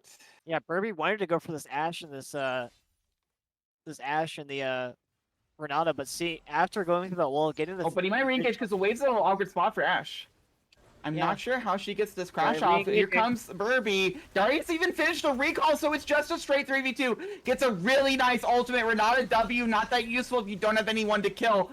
Bubble goes up. Squigs will go down. Now, there is an objective to take up after this, but that's still much needed gold. Top lane as well. Ari just wasn't able to find a roam timer yet. I don't think 420 is going to find lethal damage here, but he is applying the pressure. I mean, he can still get this dive off if he gets a... If he still has access to the Stormbringer. Now this Draven, if he does not get killed, this next kill for him... Oh, but they actually want to go for the counterplay because Mike is here. Ultimate from both top laners. Mike comes in to try to absorb some damage. Caution is just able to walk away as Mike picks up that kill. That is very good for the side of Prometheus. They do have... This Darius is sitting on a Youmuu's and also has 400 gold to back because of that, from that kill. I mean, it just looks like any play that it's like this complete. It just looks like a completely different side of Prometheus. They've lost their first game and be like, okay, well you thought you saw our final form, but we're just gonna give this Darius over to the side of Mike, and he's just gonna carry us to this late game. It is interesting that Mike on Darius is having a much bigger impact early game than he was on Xin Zhao. And I'm not sure if that's because of the early flash, because of the lane matchups being different, but somehow, with a champion that finds a little bit of difficulty in ganking early unless they're CC, he's just making it work. I mean, to be fair, all of these lanes do have some sort of CC for this Darius to come into. Obviously, the hook drop top side that I've mentioned a couple of times. The charm mid lane and this Ash Arrow and the Renata pull makes it a lot easier for these lanes to be gankable by Darius. Yeah, maybe they answer. Oh, 420 also going in. Well, Darius is still here because grubs are spawning soon. 420 doesn't have ultimate. He only has flash to get out, and he's going to want to look at doing so soon because Mike has shown up. But I'm not sure that he can really flash out of this. He wants to go in instead. Mike going down to half. Meanwhile, bot lane, Skarner ult into Renata ult on the other side. Man. But it doesn't matter because Renata can't find the W. So Ash will go down, and then Renata will go down. Topside Ari has roamed up here, so at least they pick up that kill. But you have to imagine it's going to be a trade of the neutral objectives because of the opposite side jungle plays. Yeah, but honestly, even with the trade of the objectives, this was a massive gold swing for the side of the bot side of Goon Squad because that Draven was sitting on 150 adolescent stats, so now he just cashes in massively on that, sitting on 1,500 gold. The TP behind. Yeah, there's an arrow as well. It does hit, I believe, because the recall was canceled. Camille is going to pick up this kill, and it's a shutdown as well. It's going to be very cautious first kill as well. I mean, surely There's a flash though, and a Skarner blocking, but there's a Camille ult, so at the end of the day, very cautious. Does get it, might get even more because they convinced Burby to come in. Burby's a little too tanky for it, I believe. We do Yeah, see they did get Darius Flash, or Draven Flash. We could see the Unleashed Power come out on one of the carries. We just the hook Oh, shot. very cautious, can't find the E, and that means Cinder's in a beautiful position to unleash. Does go for the ultimate, can't kill Flashes though, and Camille surely can't be caught by Skarner. I mean, the flash out to try to get a blast plant out, so he'll be okay. But it's not what he wanted whenever he went in. Very cautious, also still wants to fight into the charm. That's a shutdown for Dira, which is so massive for this Ahri. Yeah, and on the side of the top side, the Darius is chasing this Volibear, so he can't get a massive lead over this Camille. Would you see the Right, but the ult in, I mean, Mike can't make this work whenever it's not 2v1, surely, right? He is just a jungler at the end of the day. But it does stop Forge pressure. The Sky Splitter out. This Volibear only has a W for Fear's damage. available. Fear even has ultimate available despite using it in the last play because of Malignant, so the ult is coming in. Charm goes wide, but it kind of did its job at making 420 walk in. Mike is also coming with a red buff. 420 is absolutely dead. It's only a question if he killed Mike. It's close! But it's not enough. Mike will live and get the kill. Mike looking like he is literally the reason why they made this season Noxus themed. The Noxian Guillotine finding so many free kills on the side of this Volibear. Yeah, I feel like Mike was like, okay, I can maybe play Darius to take it away from 420. And now they're like, wait a second, this Darius champion is pretty good. Wait a second, maybe we should be picking it more often. Yeah, this Mike's Darius is really looking good. I mean, it's this Darius on the side of Mike is looking a lot better than the Darius whenever he had for the cinematic for the new Arcane season, Noxus. So first turret will go down. I believe objectives are probably going to go down as well for Goon Squad, but they do get their boots, which is pretty nice with the boot choices that were made. And now, you know, they've hit their power spikes pretty well. They're not waiting for a Jinx to get online. They've got a Camille well fired up. They've got an RA with a core item, almost two. And again, this Darius is just completely popping off. And Ashe, sure, she doesn't have Infinity Edge. She doesn't need Infinity Edge to stun someone and make them die to a Mike running at them. Yeah, we do have a Rift Arrow coming in a minute, and we are going to see a Mountain Soul. This Mountain Soul is going to be huge for the side of both teams, but it's going to look like it could just go straight to the side of Goon Squad, so they're a little bit closer. We do see the Skarner hovering mid, could get Squiggies. Right, Burby has been the strong side of the map. Does get a flash out of Squigs for ultimate, and I believe a Skarner ult will be up for Dragon, but flash will not be. And again, like, you know, yes, Prometheus have been making plays all over the map that have been made work, but they haven't really made plays where Skarner has been. And I feel like for this Dragon fight, whenever Burby is able to get in there and maybe find ultimate, maybe that will be the turning point that gets them back into this game. Yeah, something I do want to highlight, this Volibear is 1-5, but simply for the fact that he did go for the Force of Nature. This Camille cannot actively trade into him without losing half of her health bar because of this Force of Nature. Yeah, fight over jungle camp. That one's not that important. It's really going to be about this Herald spawning in 16 seconds. Dira going in on Badger, though, saving the charm as well. But the tower is there. I mean, you could still go for this dive. Does do so, gets the flash out, flashes away himself. Gets a 1-for-1 trade on flashes. And make sure Badger has to recall before any kind of teleport can come in. Meanwhile, Onset does dodge the arrow, still has Cleanse, but Cleanse does not protect you from damage. So Mike will just absolutely eviscerate his health bar. Not gonna lie, I was hoping that the Cinder would keep walking and ends up getting dinked by the Ash Arrow just by mistake. That would be really funny. We do see this coming out of the Cinder on the control ward. Dira's going Yeah, for the... I don't know that this really works though, as long as she dodges the QE. Oh, but she doesn't! So Dira will be shut down in a 1v1. And that's so important because Syndra is absolutely one of your ways back into this game. And Yeah, it's but right before Dragon spawns in 30 seconds. This is feats for the side of Prometheus, I do believe. Yeah, they've got their upgraded boots, but if they go for third dragon, upgraded boots are not going to be that helpful. They still got to worry about Soul going over every single dragon spawn for the rest of the game if they can't win this fight. And right now they don't have Dira, though Dira does have teleport, and they don't have a tower or bot lane prio. Oh, Esma going for some wards, kind of alone. Skarner could, I mean, I don't think Burby's going to use ultimate just for Renata, but it would be taking away some important tools. Looks like he'll be safe though, and it really is about the setup of the Skarner ult. Oh, Artemis gets hooked in a little bit. Nami ult gonna be used early. Burby finding Mike, and Mike is just alone, has to flash out. And Darius without flash is just not a good sight to see whenever you're fighting against all of these tools. Camille goes in on Artemis, then on Badger. Dira also coming in, Renata ult coming in. It might just be enough. They don't even need the Ashe or the Darius. Burby still alive for now, but he's fighting against a Renata W onset on the side, not being looked at all. Camille going for a deep dive, does get Skarner, but onset will make sure that's cleaned up 1-for-1 surely. And I don't think either team can start the dragon. That'll be a shutdown to onset along with this passive for 2 kills, I believe. Yeah, but the Darius is not cracking at the mid tower.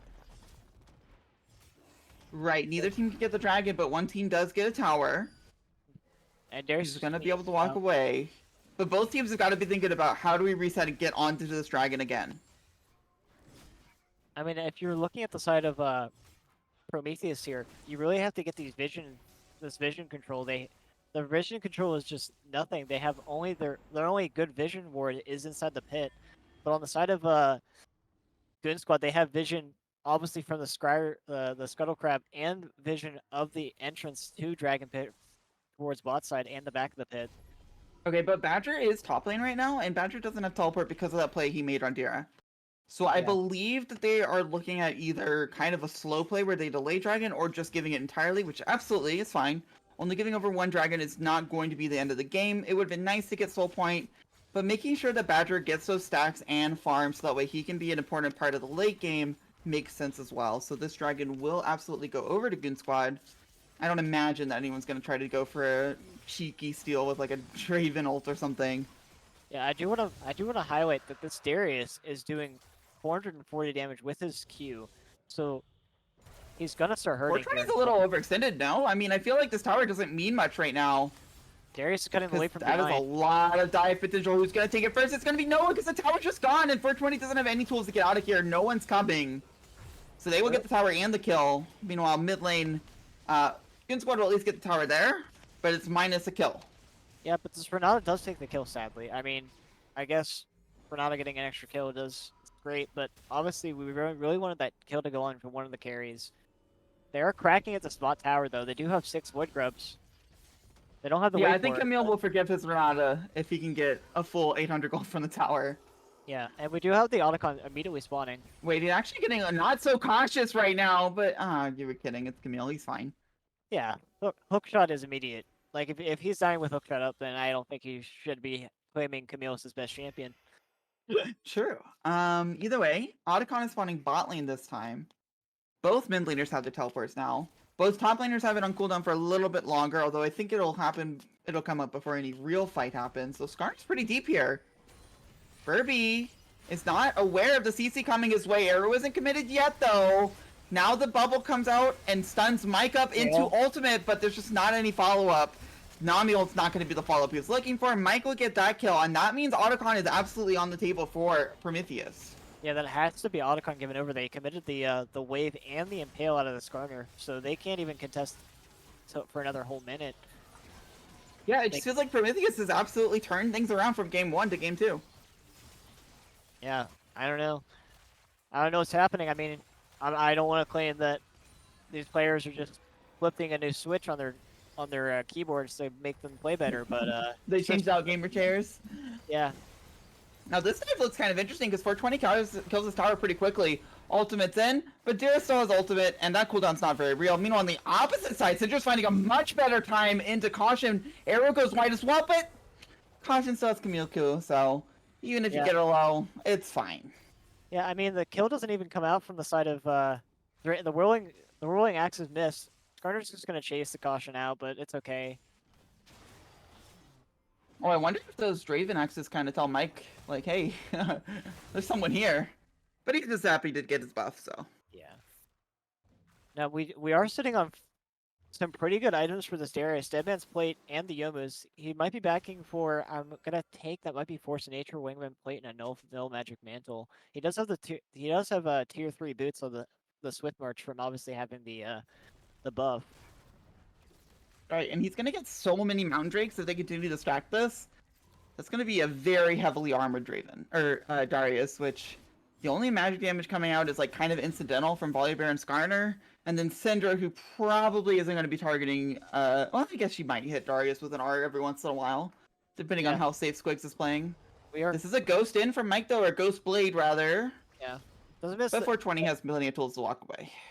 Yeah, sadly does manage to miss the Apprehend, but honestly, not a big massive problem. But they do realize that this Volibear does not have as much MR compared to armor. Kind of nice CC chain, but Blast Plant plus Camille tools, she'll be fine.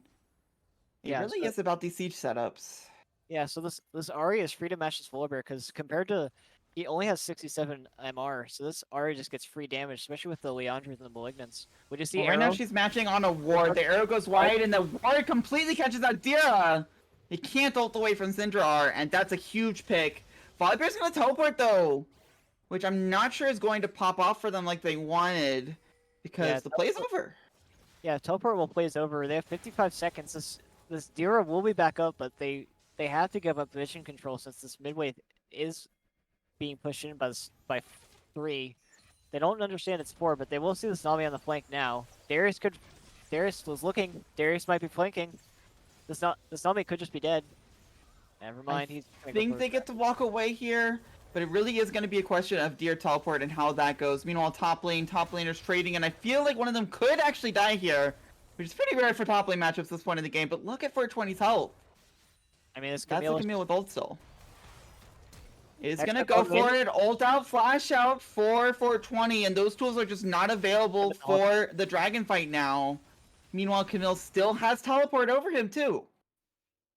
He's okay. Yeah, Camille still has teleport and didn't invest the Hextech ultimatum for the solo kill on the side of the Volibear, so it's a good matchup for them. The Volibear doesn't have TP, and Camille can continue to siege this tower and then TP to a fight with the ultimate still available. Yeah, it's just a question of if Goon Squad can just finish the fight before Camille can even react with those burst options that they have. Cautious just hitting this tower, will kill it, is able to walk away, doesn't want to though. Mike finding Skarner, or Skarner finding Mike, arrow finds Syndra! Skarner ult without Syndra, it doesn't matter, they still got Draven. Meanwhile, Camille again can't find the teleport, because he's fighting 420, does have some damage with that, the shield comes out though, so 420 will get that solo kill, and I believe that is Goon Squad picking up their 3rd dragon. Yeah, that is the 3rd dragon going over the side of them. So and they're actually just going to go straight for Baron as well, which is a great call. This is one of those moments you can't let slip by. Your opponent's made one mistake in a game that you felt slipping away. Now you've got a gold lead in 3 dragons.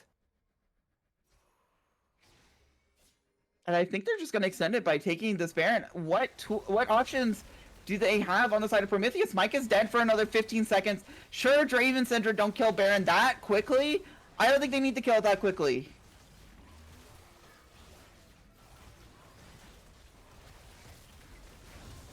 And how does Prometheus feel at this point? Like, they had this game so well in hand. Sure, the gold lead wasn't quite there. Yes, they were giving up dragons, but they had leads in every single lane. They had the siege tools, they had the team fight tools, and then they make one mistake. I mean, I guess 2 mistakes on opposite sides of the map, and it completely turns the tide of where the game is going.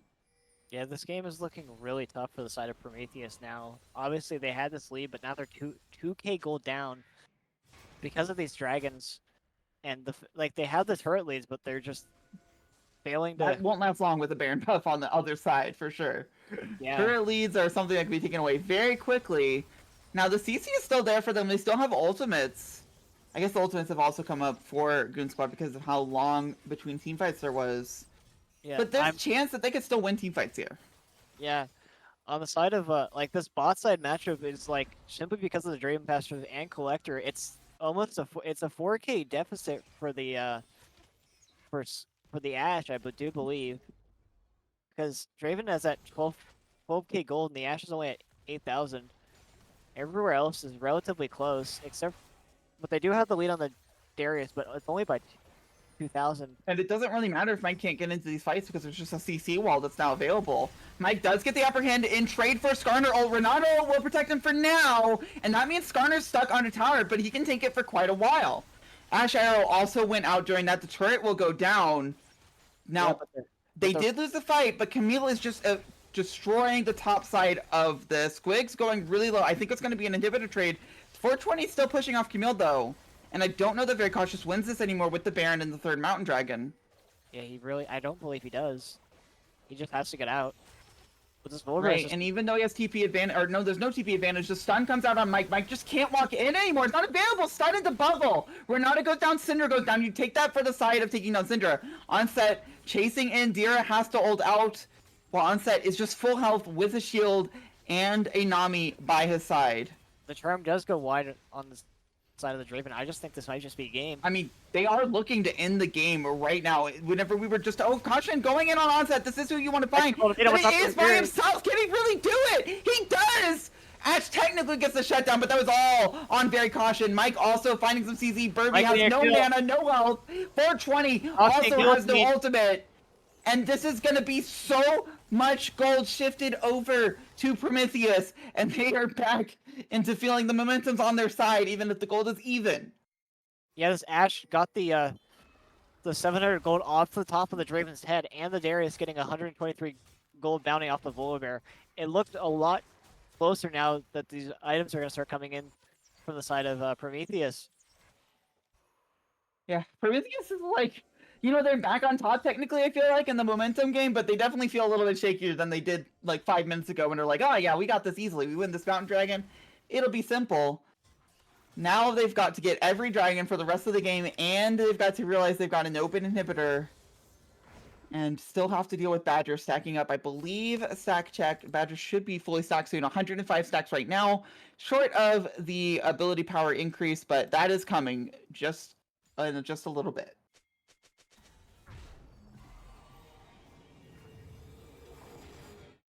I mean, the dragon is going to spawn with these supers still pushing down mid as well. Now, mid inhibitor is kind of the fake inhibitor. You don't really pressure with that down. But it does hurt to not have mid priority while fighting for this dragon. And again, they can't afford to really, you know, let this dragon go. It's not just a little bit of stats. It will be that soul.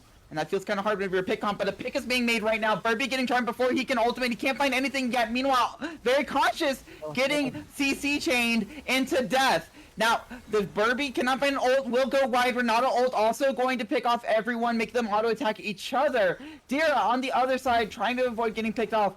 And there's just no support for Squigs. He will go down in that. And I believe 420 can just kind of clean up what he wants. Mike's trying to protect his support. It will not happen. Now Dira also in trouble. No ultimate available. No life available. Mike cannot find a counter kill. And surely that will be the end of the game. And just 1 or 2 picks. No, Goon Squad will just run down mid and end the series 2-0, even though it looked like they were preparing for game 3. Oh, Mike getting that kill is kind of spicy, but it doesn't matter. Even if Burby goes down here, he prevented the back. That's all he needed. You can have a double kill, but you can't have a Nexus. As Goon Squad will take the series 2-0. Yeah. Man, just some good plays. Just some good plays out of Goon Squad, even for being behind. I mean, I don't really know what to say. I mean, I tried to hype my team up on the podcast by saying that they were gonna win, and obviously that's coming back to bite me in the butt.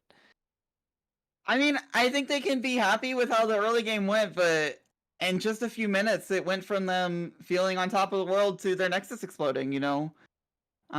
They did bring it back for a short period of time where it was tense and they thought they might have a shot.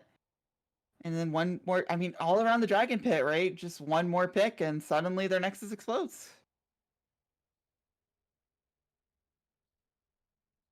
Also, for Goon Squad, finding the way to get back into that game, 420 did not take off the gas pedal, despite being giving over kill after kill after kill to Mike. He knew what he could do into Very Caution, make sure that that teleport advantage never mattered, made sure that the pressure was still there, despite having 8 deaths. And for Onset, you know, he didn't let a bad early game on Draven stop him. I think he made the case that he gets to play Draven again to his team because, you know, having a bad early game like that, or not a bad early game, it just wasn't one of those typical Draven early games where you get early kills and then still completely performing, means that you absolutely know how to play the champion in most situations.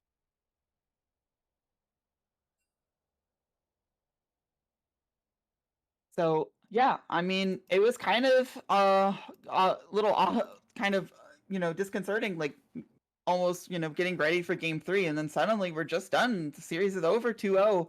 Goon Squad is absolutely locked into playoffs now. And for Prometheus, they've got to figure out what they can do to win next week and hope that they can make the tiebreaks to get into playoffs. But for Goon Squad, they're feeling very good, I'm sure.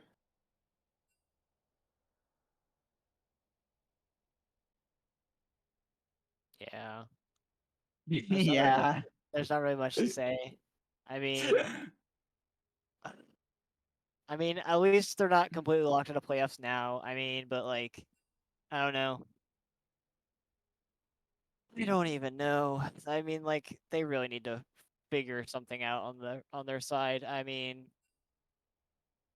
oh, It does feel man. like there was a noticeable improvement for Prometheus between game 1 and game 2. The fact that they had a stutter into a loss at the end of game 2 doesn't mean that there wasn't, signs of life, even if there's a 0 next to their score this week.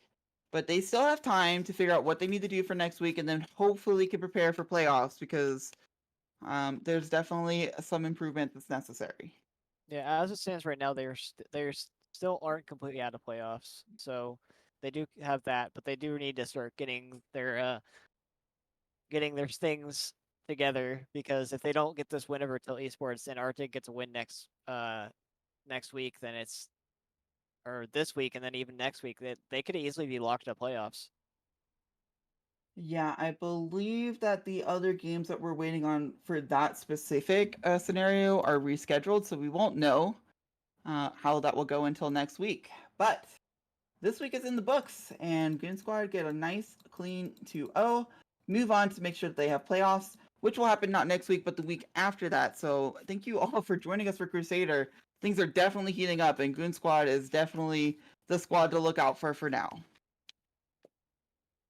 Yeah, absolutely. Goon Squad looked really good today. Obviously, I wasn't expecting my team, my upper division sister team to play like this. I mean, obviously they had their strengths and weaknesses, but I mean, they just got to play more like game 2 and fix their issues instead of game 1. It looked pretty impossible, and we all thought it was probably going to be a swift 2-0. But after that second game, it looked a lot closer. But obviously, they couldn't close out the game and lost on some pretty important picks. Gotta give the Draven more respect going into next week for the side of anybody that plays Goon Squad, I guess. Absolutely. Yeah, their next week will be Syndicate Red, so Syndicate Red will have to be wary of this this illustrious Draven if they decide to pull it out. Yeah, for Syndicate Red, if I'm looking at the standings, they are locked for playoffs, but obviously they would like to get a better seed. And a win is always nice, especially on stream. So, or not on stream. Sorry, they will not be on stream. For our stream, I believe we will be watching Bloom Gaming versus OSG Arctic, unless that changes. These things are subject to change. But for Bloom Gaming, I believe they're doing better. They won this last game off stream, and they are currently basically in the running with Prometheus to see who can get into the playoffs. So technically, you will be able to see if Prometheus get into playoffs on stream next week if you join us next week. Yeah, absolutely. Okay, so I'm just hearing that Bloom has the tiebreaker over Prometheus, so I believe they are locked. And I believe that means that Prometheus essentially have to win and hope that Arctic loses. Both weeks, or they might have the tiebreaker.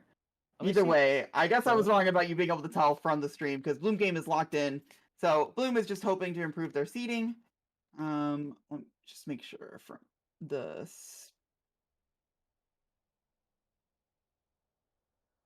So it looks like Arctic also lost, so basically their match next week will determine win in, out, lose and out. But we'll be watching Bloom versus Arctic, and I hope you all join us next week. But thank you for joining us this week. Very fun match to watch, even if it was a 2-0. It felt like there was a fighting chance for both teams. And thank you for everyone to show up. Yeah, and before we go off stream, it does look like Prometheus does have the head-to-head over Arctic, so if they do become tied, Prometheus will lock this spot. Mm-hmm. Well, I think they're even. Yeah, that's correct. Yeah. Yeah. So basically, winning in, losing out, and thank you for joining me, Expected Noxus. It was a fun cast. Yeah, of course. I mean, obviously would have liked to see Prometheus win when I'm casting, but Oh well, this doesn't always happen, right? yeah, it doesn't always happen. All right, thank you, everyone.